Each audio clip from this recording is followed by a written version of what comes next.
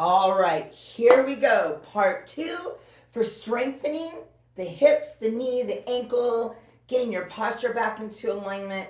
Awesome for knee pain, knee strengthening, everything below the belly button. All right, you ready? So, the first week, you want to do this 8 repetitions all through. Then the second week, increase it to 10 to 12. You know what I mean. Every week, we're going to add at least 2 to 5 reps onto each exercise. You need a mat and a chair. And after 3 weeks, you're going to add ankle weights. Let's get going. All right. So let's pretend that it is your left side of the body that has something going on with it, like your knee, your hip, whatnot. That's the side that you're going to begin with.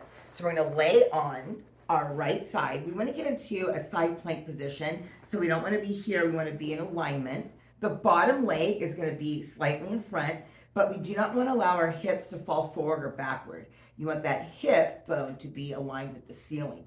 Now we're going to push that bottom leg in, and we're going to lift the top leg, and we're going to pretend that we have a table that's cutting our body in half, yeah? So we want that floating leg, the lifted leg, to be parallel with the floor. We're going to lock the knee, point the toe. Now this is our starting and ending position. Once we get that position, make sure that your knee is straight. Very important. We don't want any movement in the leg up in rotation. We want it just going to the front. Now let's flex our toe, and we're going to come forward a little bit and back to starting position. Then immediately on the 8th one, we're going to go to the side. You ready? 1, 2, 3, 4, 5, 6, 7, 8. Come center and let's lift. 1, 2, 3, 4, 5, 6, 7, 8. All right, now let's change sides. Same thing, but different leg. Assume your position. Check to make sure that your hip is parallel to the ceiling. Your knee is straight, facing forward. Foot in flexion. Let's go forward. Press the bottom leg into the floor. 1, 2, 3, 4, 5, 6, 7, 8. Come starting position, and let's go side. 1, 2, 3, 4, 5, 6, 7, 8. We're going to lay on our back. Now, when you're laying on your back, you should have a little bit of a curve in the lower back. Do not force your back into any kind of position. We're going to extend the left leg out to the floor. Now, we want to try to lock the knee and flex the foot. So you may feel a stretch in the back of the leg. We're going to slowly lift up that leg, keeping the knee locked, foot in flexion. The knee should be straight. It should be aligned with your shoulder. And only come up as high as you can until you get a stretch. Lower all the way back down. Come back up to stretch. Now, while the floating leg is in motion, the stabilizing leg should not move, nor should your hips be rolling side to side on the floor. They should stay stable. We're going to go 8 of those. And then on the 8th one, we're going to hold, go to 90 to extension to a lock. You ready? Here we go. 1, 2, 3, 4, 5, 6, 7, 8. Hold the position where your leg is in a stretch. Lower and extend. 1, 2, 3, 4, 5, 6, 7, 8. Let's change legs. Make sure your knee is up to the ceiling. Foot in flexion, knee is locked. Let's begin. 1, 2. Now each leg is going to have a different flexibility, so do not try to match the limbs, yeah? 5, 6, 7, 8 to hold at the stretch, and let's do our leg extension. 1, 2, 3, 4, 5, 6, 7, 8. All right, now we're going to roll over onto our stomach. And we're going to extend both legs out. We're going to start with our left leg. Hips are on, pushing down into the floor. And we're going to lift the foot up to the ceiling. So not to heel to high knee. We're going to lift up to the ceiling. But we're not going to rotate. So I'm going to be lifting my left foot to the ceiling. Do not rotate to the right. We're just going to come straight up. It's a little motion. 8 times. You ready? 1, 2, 3, 4, 5, 6, 7, 8. Other leg.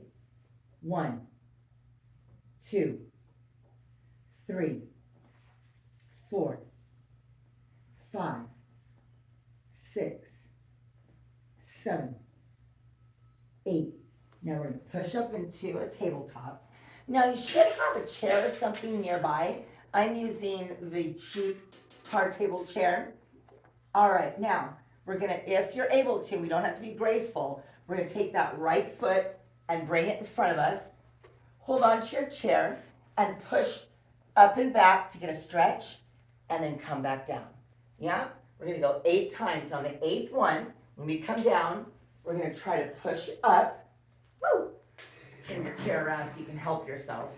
Push straight up 8 times. Are you ready? Let's go into stretch first. Here we go. 1, 2, 3, 4, 5, 6, 7, 8.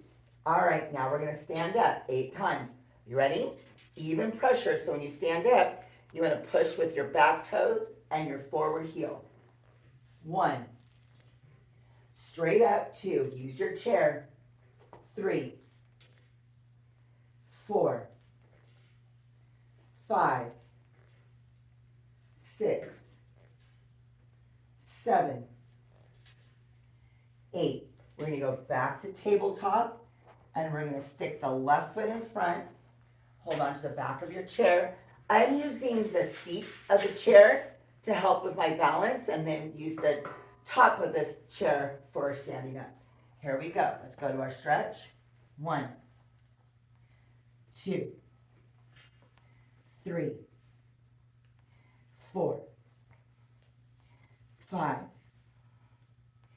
6, 7, 8. All right. Now we're going to go straight up, straight up. Now if your chair is falling inward, that means you're pulling the chair towards you. You should be pushing down with your palm on the top of the chair and even pressure on your heel and toes of the rear foot. Now it's very important, specifically on that affected leg, that you're not doing this. We do not care if you're not able to stand all the way up. That's why we're doing this. We're doing it to get stronger. So we want to make sure we have a 90-degree angle and a 90-degree angle with that back leg. Duck butt. Let's go straight up. 1. Now a trick to this is, if you're having a problem, look up. 3, 4, 5, 6, 7. Now on this next one, stay standing. Now we're going to go to calves. So we want to use our chair. I'll show you without the chair. We're going to squat down. So we want to be in that duck butt position. Yeah? Not here. We're here. So remember, when we're going to our squat, we fold in on our body, right? We're going to use the chair, and we're going to come up on our toes. Yeah?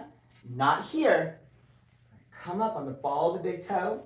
Hold it. Make sure we have even pressure. We're not leaning. Hold, 1, 2, and down. Up. Hold, 1, 2, down for 2.